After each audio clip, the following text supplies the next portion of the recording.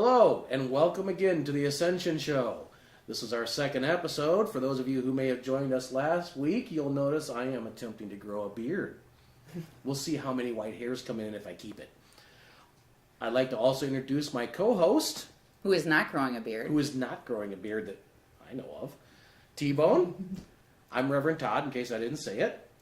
On my right, you will see the lovely Magdalena Knight, who was here last episode with us about consent.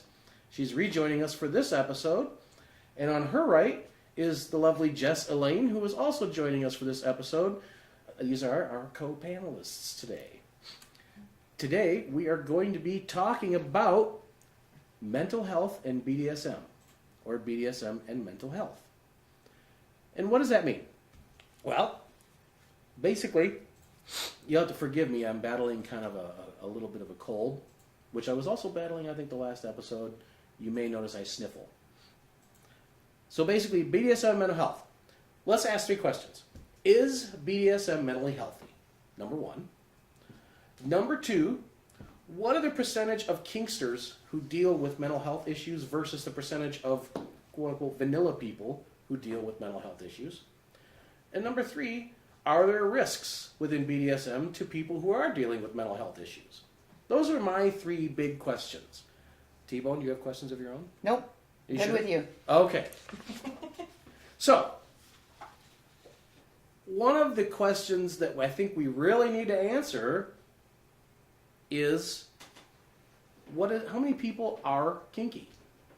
And according to a recent poll, the pollsters found, now you're gonna love this shit, okay? Between 2 and 62% of people are actually kinky. What a terrible statistic! They should be fired. I can't believe that they even published this. Okay, so what can we use as a basis? I mean, what is you guys' experience, and what have you read? What have you experienced? It's been my experience that a lot of people consider anything other than straight up penetrative penis and vagina intercourse missionary. I know people who consider anything other than that to be kinky.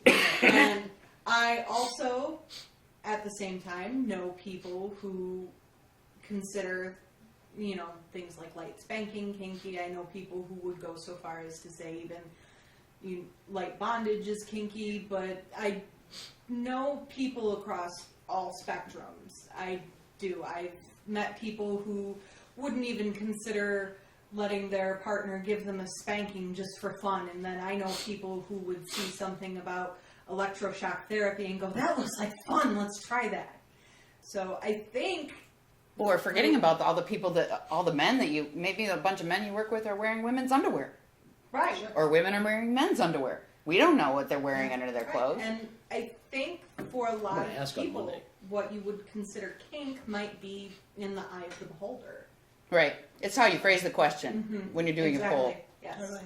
And I think that's how we came up with such a wide and ridiculous number. But how many, in your experience, how many people do you know, in percentage-wise, are kinky? How many people do I know percentage-wise that are kinky? Most of the people I know have one fetish or another, and a lot of people tend to talk to me about it, sometimes whether I want to hear it or not, because I am very open and honest about who I am. So that kind of opens the door, though, for a lot of people, because a lot of people who are maybe necessarily hiding what they're thinking or what they're feeling are just looking for somebody to talk to that they know is not going to judge them. Mm-hmm. Totally. That lines up a lot with what I would agree absolutely with what you're saying, that most of everyone in the population is kinky if given permission to, right? Like with the right lover in the right circumstance, will try pushing their boundaries, because I think that's what's at the core of what do we think is kinky, is stuff we haven't tried before, and even those of us who do identify as kinky, it's like only kinky the first time, right? So it's the stuff that's beyond that unknown boundary, whatever that is, which is obviously subjective to the person. So Okay, so we're all in agreement on that. I actually have another statistic here, which I find very interesting. A researcher named Kristen Joyelle and their colleagues asked 1,500 women and men about their sexual fantasies. Now, this is not what they did. This is just what they fantasize about. What they found was 64% of women and 53% of men had fantasies about being dominated sexually, and 46% of women and 59% of men had fantasies about dominating someone else sexually.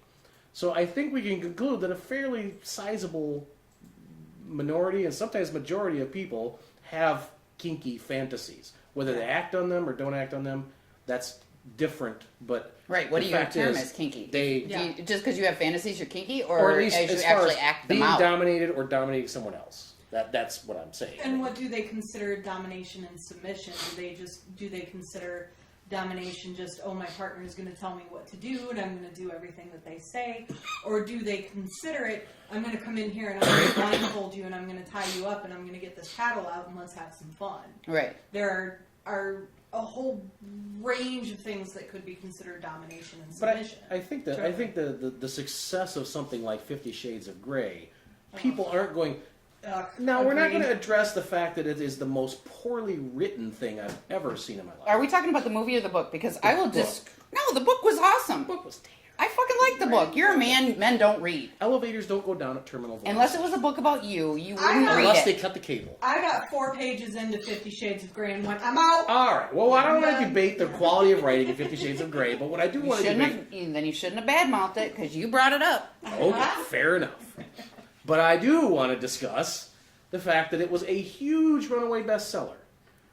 And Really? so, So, was I the think sequel. that would say that it was successful. It was successful. I didn't say it was good writing. I said it was successful. I would say it was good. It Well, was that's popular. okay. Yeah. It was popular. But the fact is, a lot of people read it and wanted to read it and bought it. Yeah. That means a lot of people, it keyed into something in their fantasy world. Yeah. And I don't know the breakdown of statistics, who read it, men versus women, or any of that kind of thing. All I'm saying is a lot of people bought that thing. And that means that a lot of people were awfully interested in what was going on in that book. And So, what, is one of the sad big because things they that got was going so on in that wrong. book Terrible. was a mental health issue. bingo. Thank you. What's the mental So- health issue? I think I missed it. A lot of what was going on in that book was his mental health issues. Well, she Okay. read the book, so we're going to Okay. trust I read her. all the And you're a books. huge fan. We're going to trust her. I like the books. That's all. Okay, fair enough. So I think that leads us into kink and mental health. What? Okay. So if we go back to say Sigmund Freud, the founder of psychoanalysis.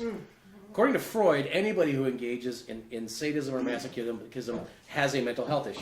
Also deeply misogynistic. So Yes. I'm not I loving don't. that. I don't disagree. I don't disagree. Let's go be with real Jung here. instead. Oh no, now we're going to beat up on Freud. All I'm Right. saying is we've come a long way from the days of Indeed, Freud. we have. Yes. We have come a long way. Yes. Yeah. In And fact, the view of in- mental illness and the view of sadomasochism has indeed evolved since Yes. In the view of the DSM, as of the current DSM, which stands for the what then. does it stand for? Diagnostic Statistics Manual. Thank you. The DSM, actually, the current Version one. 4 had sadomasochism. It was listed among the paraphilias, and I was among the petition to have it removed from Thank the you. DSM-4 as a paraphilia. So what it is, and as I understand it now, it only lists it if it causes excessive issues within your life, Yes, or if you're doing it without consent of the partner. indeed. This can be applied to any mental health diagnosis that you have: OCD, ADD. The function of how severe the mental illness is, or how much treatment do you need, is how much distress is it causing the patient, how much distress is it causing the individual, and that's the function by which we evaluate. So if you're like really okay with your kinky self, then there's really not a problem in the view of most mental health therapists and support group leaders and folks that I have dealt with Now, as a patient. as a lay person who is not within the mental health field whatsoever, Okay. my question would be: is that the consensus of most mental health professionals, or are there a lot of mental health professionals that still view, look, if you like getting spanked, you probably need some sort of therapy? Well, as a mental health patient, allow me to speak from that aspect of it, that my therapist at the moment actually is encouraging me to get back into my BDSM lifestyle after having been in an abusive relationship with somebody who abused the entire concept of BDSM, but we're working on the post-traumatic stress disorder that has caused within me. But she even told me at our last appointment, that is you, that is who you are. We need to get you to a place where you can be healthy and have that be a healthy part of your life again. That's so lovely. That is so lovely. I've found that as a patient, sometimes you end up educating the therapist about what does it mean to do this ethically, knows how do nothing.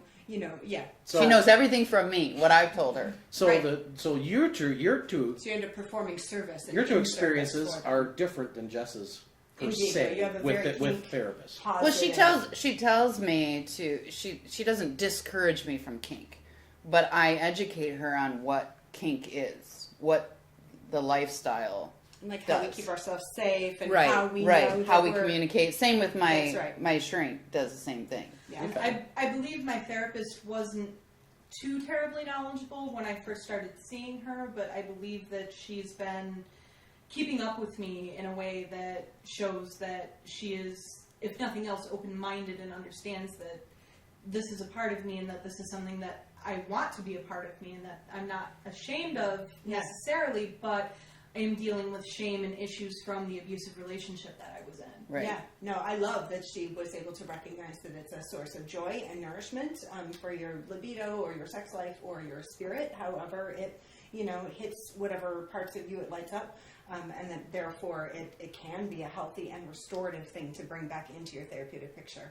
I think that's really important. I think because the lifestyle is so open that it frees people to say that they have a mental health disorder, where in the vanilla world, you might be viewed negatively if you said, oh, hey, guess what? I'm bipolar, or I got PTSD, or whatever. It has more negative connotation to it, where in the lifestyle, we're more open to those sorts of things. So it may seem like there's more people who have mental health issues in the lifestyle, but really it's just that There's less judgment. there's less judgment. And you could also look at, because being kinky at all for a long time was viewed as a function of mental illness. Some of us have conflated that, right? Because I have off color or off spectrum, or because I act on some of these fantasies that we can collectively agree most of the population has, therefore I'm deviant, therefore I'm perverted, therefore I must Right. be sick in the head. Yes, that's true. Et Right. cetera, et cetera, because of that sort of old school wisdom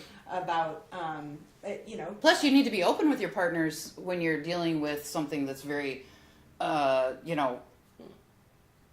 could be traumatic, could be intimate, could be a trigger. yes. So you need to be very open with the people around you that you either have PTSD or that you Right. have some mental health disorder, so that they can act accordingly if Yeah. something happens. But I think And we that was the point that I wanted to make, is it often goes right out there on the cards that we lay on the table when we're negotiating a scene. Do you have a heart disorder? Do Right. you have, a mental Trigger. health What are your concern triggers? Right, yep. that could get activated I think with we need whatever to- play we're about I think to we do? need to talk too. I mean, we need to address the fact that there's a difference between self-diagnosis. In other words, I affiliate with these symptoms. I affiliate with these Right. symptoms, therefore I Yes. must have OCD. Absolutely. Whereas yes. I've not really been diagnosed with OCD by a Absolutely. professional. Yeah, no, socially there's a lot of, words that get thrown around, passive aggressive and narcissistic, and there are any number of personality diagnosis or personality disorders that we throw around like an adjective. And if you do not, and it's insulting to those of us that do really have the disorder, and whatever disorder is being used in this Well, casual they don't. way. It's And, yeah. costly to go to a psychiatrist and Absolutely. get this diagnosis. It's costly to even go to therapy. Yes. And so a lot of people, don't Don't have the have money to access, do that. right. So they're doing a lot of research online just to try to Right. get more information so that they can get help. So I don't think they mean it to be insulting to people who actually have the diagnosis. I'm saying describing others with mentally health laden Yes. adjectives, right? That this and such is passive aggressive. Using it as an adjective. right? Well, But if I know that I'm obsessive compulsive because I resonate with the symptoms online, but I don't have a formal diagnosis, I can still manage my symptoms.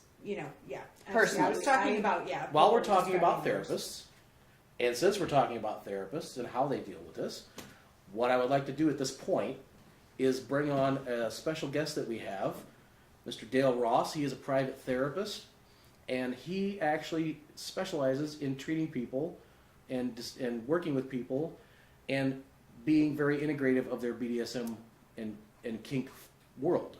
Cool. So at this time, I'd like to welcome Dale Ross. Thank you for inviting me. I really appreciate being here today. We're great. We love having you. So I appreciate you Thanks coming. for coming. Thank you. Thank you. Could you tell us a little bit about your practice and what you do, and maybe a little bit about your background? Right, I'm a social worker by background. I have a master's in social work from Wayne State University, and I've had my own private practice in Southfield, Michigan for 32 years.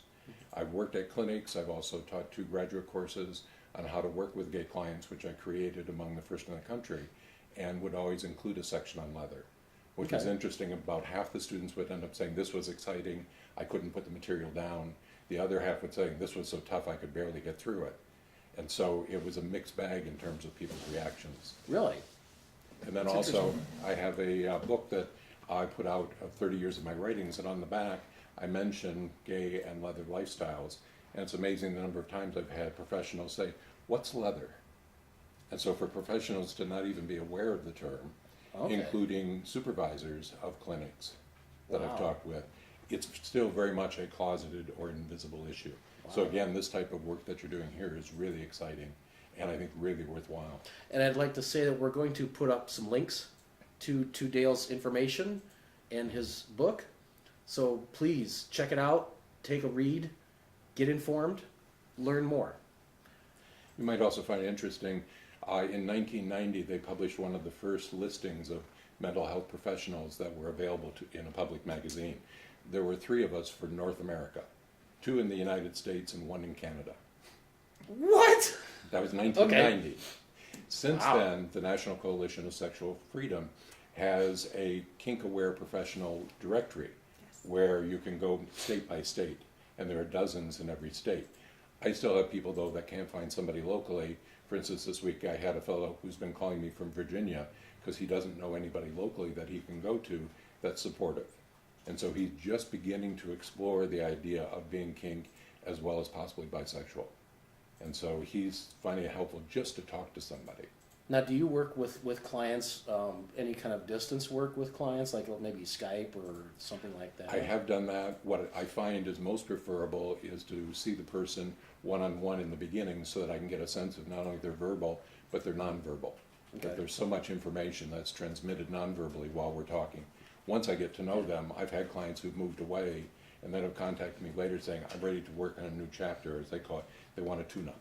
Okay. And Are there so- any support groups like Al-Anon or AA has where people who are just starting out, I mean, they can go to parties and so forth and talk to people or events, but is there a support group where they, you know what I mean, like that? Right, and that again brings up the issue that you were talking about early on. Is it considered healthy or not healthy? And just as in the early days when we talked about promiscuous people, I like the definition. Promiscuous is anybody who has more sex than I do. Wow. There you go. And the same thing in terms of what's healthy, what's not healthy. Yeah. Right. And so when we're looking at support groups, it's important to look at what's their background. There are some really good programs out there. Part of my concern is that it be considered mental health rather than mental illness. As you pointed out, back in 1994, they shifted the DSM, or Diagnostic and Statistical Manual, to exclude that sadomasochism was automatically a mental illness, to it may present a problem, and it's the problems that can be looked at, but it's no longer considered mentally ill. Right. Well, unfortunately, a lot of professionals either never heard that, or I've been in discussions where they say, well, it really isn't true. It was a political issue, and a group banded together and put pressure to get that taken off. It's really disappointing to hear. I was talking about the idea that in 1994, the DSM, Diagnostic and Statistical Manual, took being into SM as a mental illness and said it's only a problem for the activities that create a problem. Right. So it no longer is considered a mental illness. And so to me, the whole difference between mental illness and mental health is a big discussion point. And too often people still throw around mental illness, just like saying somebody's disabled rather than differently abled. So they seem technical for the person who's uninformed, but for the people involved, it can make a big difference. Right. So we need to see, are the professionals informed? Are they using supportive, positive terms? Just like with gay issues, prior to 1993, if somebody presented as gay, they could be labeled automatically as mentally ill. Right. Then the same DSM changed it from it is a problem to it may be a problem if the person has problems because of the behavior. And so it shifted it to behaviorally focused, which is sort of a catchphrase that people hear but they don't understand. Right. So again, it's important that if you're working with a mental health professional or talking with anyone, to see what's their viewpoint that they come from. So in your experience with patients and people you've worked with, people who are actively either involved in the kink lifestyle or involved in at least have desires to be in the kink lifestyle, what would you say is their mental health compared to people who are what we would call basically vanilla? I believe it's all the same, and just as we talk about pain is pain, it doesn't matter whether it's pain associated with a major thing like you're in an automobile accident or you have a hangnail. If it causes you serious pain, you're in pain. Right. And so the same thing in terms of what they come in believing as to what's going on with them and how difficult it is, that's where we need to start. It's where the client says they're at, and then what's going to help them. Okay. And so many, they've never talked about this publicly before. And I'm delighted and I feel very privileged and honored that I can sit and talk with people openly. Because they'll often say, well, I brought it up to my therapist and they didn't know what I was talking about. So I spent my time educating them. Right. Or we don't know what the therapist thinks and the client doesn't hear and we don't know what notes they're making. And then where does that get transferred later? So again, it's so important for that dialogue Excuse me. to be very positive for the individuals. Okay. I'm going to ask what the beeping is. I'm hearing a beeping. It's just not stopping. We're gonna It's take a continuing we're gonna on. take a quick technical break for a second because there's a beeping that's just driving you nuts, and it could be just in my head, which is a good thing. We're talking about mental health at this point because if I'm having auditory hallucinations, I'm glad Dale's here. What about people who seek therapy or who use BDSM as therapy? I've heard that a lot in the community. Like a catharsis yes, type yes. scenario. As a I'm therapist, choosing to fight my demons with that kind of thing. Bring them out so I can fight them, so I can battle them. as a therapist on the West Coast who's well respected and has done a lot of writing on this, he refers to activities as therapeutic, but they're not therapy. If we don't have the insight and the knowledge to change where we're coming from, then we may be repeating the same thing over and over. And especially if we're looking for somebody to be a rescuer and a hero, and they don't know it, then we're setting up for this fantasy to be played out, often with the same outcome, which is the unhappiness. Right. So again, this is where I find that it's so important to look at, is this a joy-based activity versus a fear, hurt, or anger-based activity? So I talk about 5 feelings: happy, sad, scared, hurt, angry. Most people come to the community out of fear, hurt, or anger from the past, or guilt, shame, embarrassment, fake feelings that society's created. And so they get safe, but are they happy? And I find for so many of us, if we've been caught up in fear, hurt, and anger much of our lives, happiness has gotten lost. Sure. So I find a lot of people, when you start talking about, well, what do you do in your activities and what's the outcome for you? They talk about the mechanics, but they don't talk about what's going on emotionally. And so they may get relief, but are they getting satisfaction? Is it joy-based? Is it temporary? Is it? I mean, because I might enjoy the pain and the release that you get from it, Right. but am I getting healthier because of that? Right, and that's where, to me, the difference between therapy, am I getting healthier, versus it's therapeutic. It may be helping me get relief, but is it helping me be more Which satisfied? is therapeutic, but you Right. may not understand the aspects of that. Right. You and- might need a therapist to help you work through, Process it. exactly. Right, or as our community becomes more organized, like the Cleveland Leather Awareness Weekend gets 2,000 people, and they have 100 workshops. So there's more education going on to help people see, gee, we can make sense of this. So it's not just blindly going in, as one woman years ago said, but activities are sort of like a fly. You fly all around, you try this, you try that, wham, you flew into a window, oh, that didn't work. Right. And so we learn the hard way rather than teaching each other not only what's safe, sane, and consenting, but also what's it joy-based. And I find a lot of people, that's a sort of new concept. I'm supposed to enjoy this?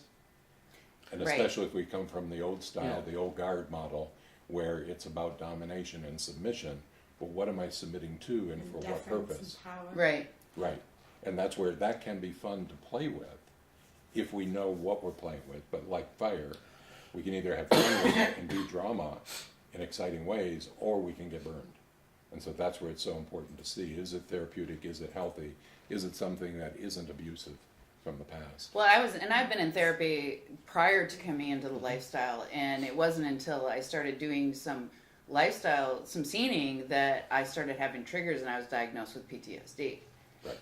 And the triggers have been there, but either they weren't something you were aware of, Right. or they weren't something that became disruptive. Right. And that's where, to me, it's powerful that we're changing it from mental illness to mental health. And then what's a healthy, normal range? Right. Not just normal, meaning, well, everybody does it. Well, is People who don't have anything to associate with healthy don't know healthy, so they need somebody to tell them this is healthy or this isn't healthy, or to understand what healthy means. Right, and that's where I find so few role models. 50 Shades of Grey is a role model. Yes. But again, how healthy is it is another whole question. Yeah. Yeah. Well, it was described the process and how he got healthy, but Right, and that's where last time I was out to Las Vegas, and I don't gamble, so it's an inexpensive vacation, so it's fun for me.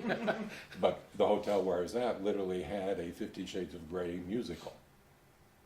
And so you can take lots of things and distort it in lots of ways. sure. Oh, wow. Is it a healthy distortion? Right.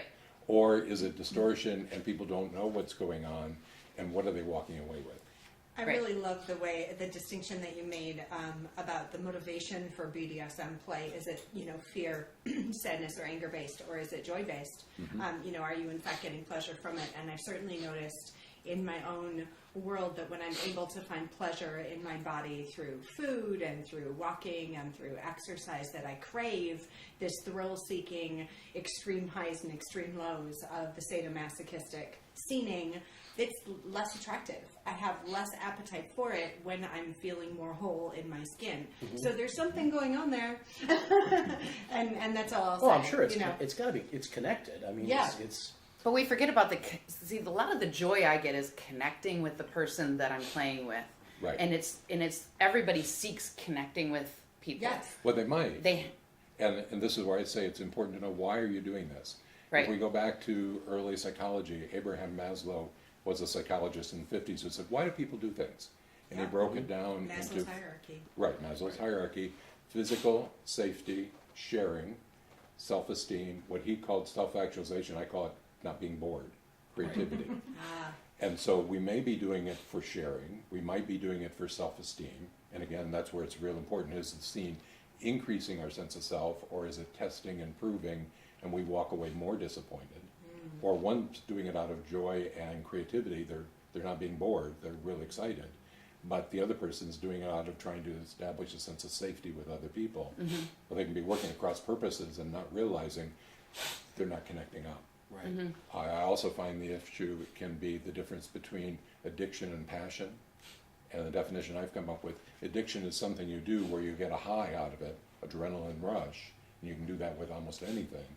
Or with passion, it looks almost the same way, but with addiction, you keep reaching new plateaus, and so you need more to get that next fix. Right. So Where with passion, is there a satiation point? right, there's a point at which you say, Got it. I'm satiated, I feel Sated.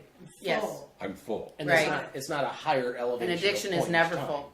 Right, and that's the difference. No, right. Addiction leaves you feeling empty. Absolutely. What Yeah. can. It and, can. and that's where it depends on what people are playing with. Are they doing purely physical, and you can get to a satiated physicalness, but emotionally you walk away not feeling connected, or not feeling creatively excited, or safe, or good of self. Good and belonging. Right. And Happy in your heart space. Yeah. Right, and so if we can combine all of those, then we end up feeling satiated and saying, I feel so content, I feel so happy. I talk about stress management. Can you get your stressors in balance? So we need some stress for some excitement and adventure in our life, but can we get to the point where we say, there's some points where I've had a nice meal, it's been a wonderful evening of socializing, I'm content. Right. And I find most people don't know this. And that's I think it's important to bring up too that those the anger and the sadness, those are not only just with addiction, but also with when the relationship and the behavior is abusive as well. Right. Because that, I spent a lot of my time feeling a lot of that when I was in that situation, feeling dirty and ashamed and guilty for the things that I knew that a part of me wanted and that a part of me wanted to do, but you know, he had so perverted the activity and perverted even the concept of domination to the point where it was hard and it was painful and it was difficult for me, and I wasn't getting any satisfaction from it. But at the same time, he had taken advantage of somebody who had had no experience whatsoever. I was new at the time. He was the first person that I had met and had... That's very typical. And had even experienced and engaged in that type of behavior with. And so I did think that there was something wrong with me mentally for a very long time, because I thought that that's how it was. It actually was through meeting Todd and actually being introduced to the community here at Club Ascension that I started to see and realize what it really is and what it really can be, and allowed me to get my sense of self back, to be able to move away from that and not be in that situation anymore. Congratulations. So, yes, thank you. It brings up a very interesting point to me, Dale, which is I consider myself probably a very much an edge player, in the sense that a lot of what I enjoy is more of psychological play. Mindfuck. Humiliation, degradation, fear play, those kind of things. But I very rarely actually do it because I'm so super cautious about who I would do it with. Congratulations. Because I don't want someone broken coming into it, Right. and me taking advantage of their brokenness. I want someone who's healthy coming into it, who wants to explore these things and comes out of it feeling great and enjoying But it's it. difficult to recognize difficult. somebody who It's is very cautious. Right. I mean, people don't want that. They want that instant gratification. Sure. They want sub frenzy. Yeah, because I would say I wasn't necessarily mentally healthy going into it either, because I have actually been in and out of therapy my whole life. I've been diagnosed with clinical depression since I was 8. Age 15. Yeah. So Wow. you know, and that's you know, so I was somebody who was vulnerable to begin with. So I was vulnerable, I was naive, I did not have knowledge. I barely knew what a safe word was when I met this person. So, and that's what we really need to do, is educate the community. right, and that's what The new people coming in, what to, you know, it's terrible. I hear it all the time, that they're abused by predators who are just sitting on the edges waiting for those new people to come in, and they actually watch people who enter the community, and they know, because it's kind of a small community, but it's not, and so everybody knows everybody. But when a new person comes in, maybe it's the sub frenzy that they do, that you recognize them right away, but we all know fresh it. meat quality to them. Oh, you look tender and like you haven't been around here before. And But they don't really want to listen either. They don't really want to listen. I mean, you could tell. I mean, you can tell them. That player over there is the exact last person you want to play with, and it's like they run. Oh, okay. Right. So what that brings up as a point, and I'd like your opinion. What you're talking about as a predator, I would consider someone who has problems with mental health. Their predatory behavior, to me, indicates that they have a problem Yes. with mental health. Only it's a problem for all of us in the community. Only if it's causing problem in their own heart and their own spirit are they going to seek help, right? So Yes. But typically predators don't have that problematic empathy. behavior where we get at the But wouldn't that behavior then qualify them component. for a It's mental health antisocial. problem because they lack empathy? It's Well, antisocial. Part of the reason I wrote this book, 30 years of my writings, was because I was finding so many people were not getting the information. And I struggled with the title and ended up calling it Stopping the Madness. And it's written on men's issues because I find so many men are clueless. Not that they can't get a clue, Right. but they either don't know that they have issues, or they don't think of it as serious enough to get help, or the male macho, I've got to be a winner and do it all and be all, and nobody needs to help me because I've got to prove I'm masculine enough. So we Right, get that it. was exactly. It was a situation of he was never the problem. I was always the problem. Right, and that's why I find so much of this goes back to the dysfunctional family models that we came from. That when we're brought up to believe in the victim, bad guy, good guy roles, if you play one part, you play all parts. Well, if we Drama don't know triangle. those come from the drama triangle, that then we're playing in this, or we were brought up and it feels normal for us, but it's not a healthy normal. Feels comfortable. It feels comfortable and we Right. know it well, but we don't know what else to do. And if Right, we don't recognize healthy. We don't know what healthy is because we've never had it. Right, and as somebody pointed out, when we've been abused in some way, while the abuse is going on, the healthy stuff is missing. Right. So that when they talk about, well, people need to go in therapy and figure it out for themselves, well, if we've never had healthiness, we don't know what it is to even figure out. Right. So that's where to have the education and to have people who can say, here's a model, what do you think of this? See how Right. it fits with What would you have done? I often ask my therapist, what is the other options here? Yeah. Because I do this, but I know that I feel like that's not healthy. What are some other options for me? And that's where I get help is, oh, well, you could have done this, or you could have reacted this way, or you could have said this, and that's what really and helpful changing for it me. to that could rather than should. Right. Then it changes it. And that's why I was asking about support groups, because a lot of people can't afford therapy. I mean, I'm lucky, I get it, but a lot of people don't, and I hear a lot of that. And that's why I was thinking, like, maybe a support group like Al-Anon or AA where people could go and just meet. Right, and that brings up a point in terms of looking at the support group. What's the attitude of the group? Right. Unfortunately, a lot of AA and NA it's literally saved millions of people's lives. Right. But what I find is it's based on a disease model that you have this disease of whatever addictive behavior you're Right. caught up in. And if you can just stop doing that, then you're in remission or in recovery. Oh my goodness. And just stay in that Yes. for the rest of your life, which again says, now you're not doing the negative, Right. but what are you doing instead?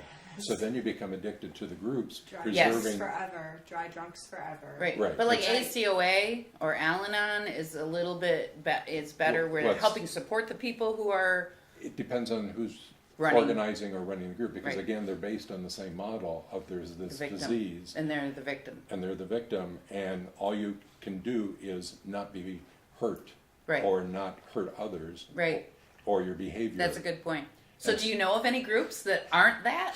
Unfortunately, not at this point. And this is where, again, That's I think sad. we need to educate the groups, that are they joy-based, and do they have that as something people I don't can think do? you're going to change those groups. So- Right, and they do an important first step of helping people to get negative out of their Yes. life. Yes, I agree. They do have they are helpful. Right, and there were some times they tried to do different phases of it, but I typically see now there's only the 12-step model. Yes. And there's not the other phases, so people are then staying with the group because they feel they have to, because there's something inherently wrong with them. Yes. The medical model is that you have a disorder and that we have to treat you, and typically that's go to a psychiatrist, and the psychiatrist says you have this chemical imbalance. And we're one of the few countries in the world that is allowed to use that, and especially on TV with the medicines. It may be a chemical imbalance, and so then people are given medication which numbs them out to that behavior or that intensity, but it doesn't treat the cause. So they're treating the symptoms, not getting to the cause. Right. Yep. The model I like is the dysfunctional family model, where it goes into where did all this get started. It assumes people are healthy to begin with, and it's the stuff that they had happened to them, which even worse, they betray themselves and buy into. Now they carry it along and they do it to themselves, or seek out people to repeat that victim triangle. And it's in breaking that triangle, setting boundaries, negotiation in good faith, that then suddenly it can become a win-win rather than you're going to win at my expense, Right. or I'm going to win at your expense. How do we have it be an energy exchange, Right. a relatively A new win-win-win. idea? Yeah, see, and Yeah. that's what, and going back to the medication is, you know, my psychiatrist has never even brought up medication. I actually was the one that brought it up to her in our last session, because she's short term, and we're in the process of transferring me to long term therapy. So, and I asked her about that, and she said, you know, we are working on addressing the root causes of these issues with the challenging the negative thoughts and engaging in the self-care and doing the things that are healthy for you and get you to, you know, because one of my exercises that I'm supposed to do is whenever I do have a negative thought, I'm supposed to ask myself, where is this thought coming from? Why am I feeling this way? Is there any proof of this thought? Like if Right, say, your belief system is Right, really hardcore. Right, You like have to if- change your whole belief system. Like if I were to walk up to you to say hi to you at a party and say you didn't see me and so you turned around and walked away and my immediate negative thought is, oh, she's mad at me about something. Right. The challenge to that is that a did she true seem- belief? Yeah, did she seem mad at you the last time you talked to her? Or Right. is it possible Question that your she beliefs. just didn't see you there? Right. You know. But sometimes medication is helpful, and Oh, I'm can very be. Oh, absolutely. and I am very Absolutely. anti-medication. But I've noticed in my history over the mental health community, there's a big push. Most mental health people want to put you on a pill. It's true. Right, and that's where psychiatry changed over the years. It used to be like you're talking about, where you're sitting down and you're talking about behaviors and how to change them and the mindsets that go with it. To me, that's exciting. But what I hear repeatedly is after the first interview, then it's every 6 weeks or so, 8 to 15 minutes, how's the symptoms of the medication Yes. going?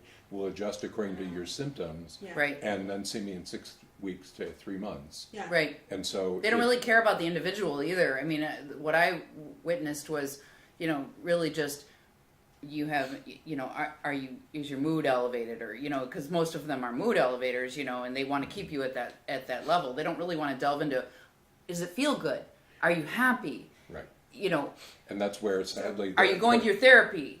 You know what I mean? Because that's important too. When you're on medication, you should be Hopefully going. they're combined. Yes. And that's where I see too often it's, well, this will cure you. Mm-hmm. Or again, the 12-step model of it'll keep you stable. Right. And that's as We'll keep you Right. there. and that's as good as it gets. So there are variations, and there are psychiatrists who do care, but that's all Yes. they know to do. And so it's like going to a surgeon, they only know surgery.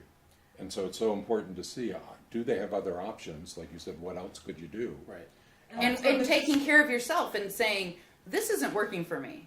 You know what I mean? Because everybody's a little different. Therapists are a little different. I may not relate to you. I mean, need to go to somebody else. And in my life, I've had different therapists. Mm-hmm. And each one has been helpful in their own way. Right. And, you know, you need to feel safe with somebody like that. And so do you feel safe is one thing that you should be asking yourself, because you can go to somebody else. Right. But that also goes back to what we were talking about, you know, privilege and being fortunate enough to be able to Seek out therapy, To seek out therapy.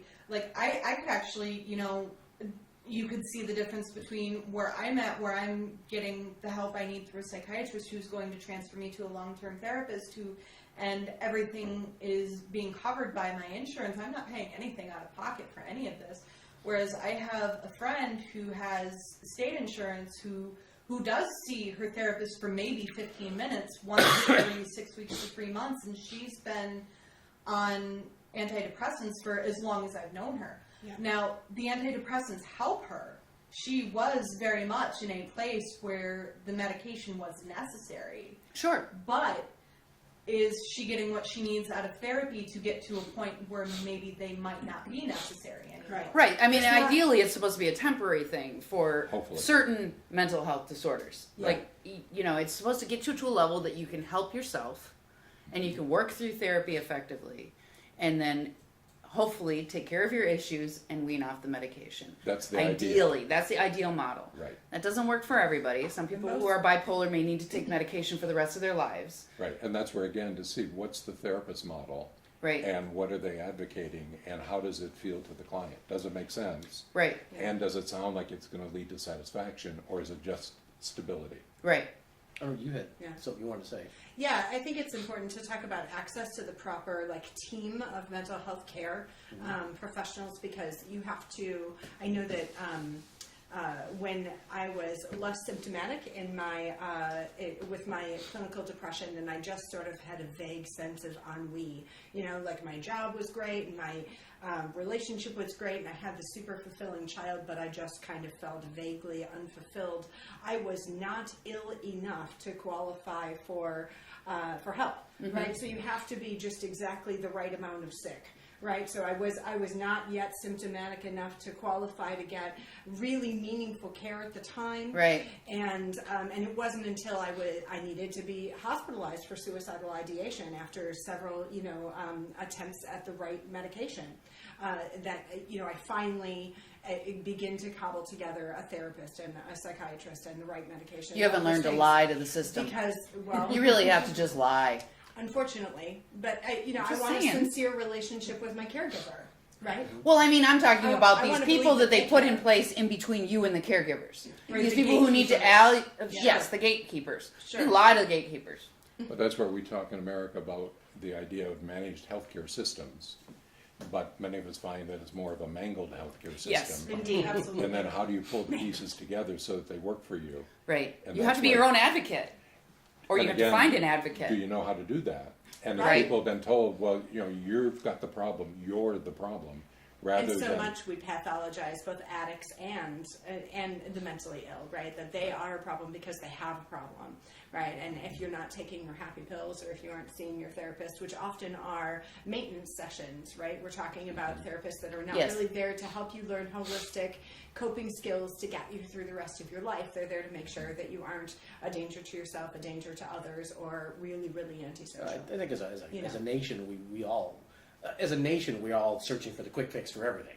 Right. Right. We all Don't want you have a pill? How do you Can I lose- take a pill? How can I lose weight? Well, drink this pepper and lime juice or whatever. Yeah, or Or we'll surgery. we'll just get surgery. We'll just get shrink your surgery. stomach and then you've lost the weight. And then you can go donate your skin to the burn clinic and boom, you're a new rather person. than looking at why are we so obsessed with thinness. Right. yeah, and that's where again See, it's I so- like being a fat girl.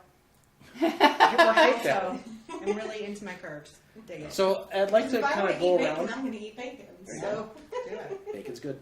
Let's go around and get everybody's final thoughts. We'll start with you.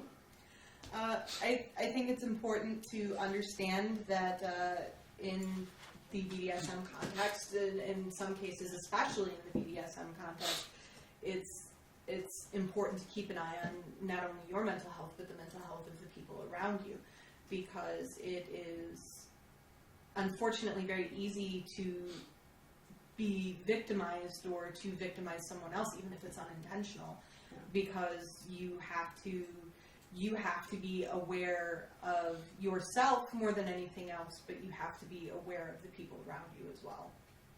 Magdalena? I think that there is space to use kink in a healthy way, and I think that that we've covered a lot of really good facets of mental health and how it intersects with sadomasochism. So, there's no final thoughts. Thanks for the opportunity. Dale? Again, it's exciting to see that you're talking about it. That's the first step. Because as we talk about it, we'll think about it. As we think about it, we'll hopefully get in touch with how we feel. And then we can say, am I happy? Or am I sad, scared, hurt, angry, guilt, shame, embarrassed? And how do I move it back to that this becomes my healthy normal? I had a wonderful meal. I'm full. Whoops, I'm a little hungry, but I know I'll eat again. And so this becomes our range of healthy normal, which I find so many people are clueless about. Right. So this Indeed. is exciting that you're doing. Totally. Thank you. I really like Dale's model. I like his model too. I do. I really like I it. like that. Absolutely. And I'd really like to have to develop a support group here at Club Ascension, and I that think people that'd can be an talk. excellent idea. Yeah. We should do that. Yes, Right? Facilitate discussion groups. 110%. Now we- Maybe we can get have Dale a to help whole us with thing. a model. I do would be it. happy to. I just did a workshop for another group and talked about the idea of self-esteem, codependency, and healthy leather play I'm or kink completely play. here for that. Completely Absolutely. here I for think that. we could. Oh, I think we'd all get on board with that. yeah. Your final idea, or was that it? Yeah, that's it. Oh, that was it. Yeah. What do you expect me to That's all you want? grandstand or something? I don't know. I thought that was kind of grandstanding. Oh, well, I thought you did fine. Grandstanding. I can whip out my it's- dick and so how big it is? Is that what you want me to do? No, because then I would feel shame, and I like being in the happy spot. You don't find Um, joy with that. So my final thought, number one, just because you're kinky doesn't mean you're mentally ill. Number two, there's probably no more mentally ill people or people with mental health problems in the kink lifestyle as there are in the vanilla world. And number 3, yes, there are risks. There are risks in life. Be careful. Deal with your mental health. That is the most important thing you can probably do for yourself. Try and make sure that you are happy, and like Dale said, living in the happy range of normal. And be careful of who you are playing with, and make sure they are also living in the happy range of normal. And if you don't know what normal is, ask around. Talk to someone. Talk to people. Talk to a professional. See, If you need help, talk to a professional. That is the number one thing I could probably say here. If you feel like you need some help, try and find a professional that fits your needs. And if you can't get to the gatekeeper, lie. Lie, and lie again. And if you're in the area, look for a group forming here at Club Ascension to talk about these things. So that's my final thoughts. I'd like to thank everybody Thank you. who showed up and who's here for your input and for your knowledge and wisdom. And that's our show for today.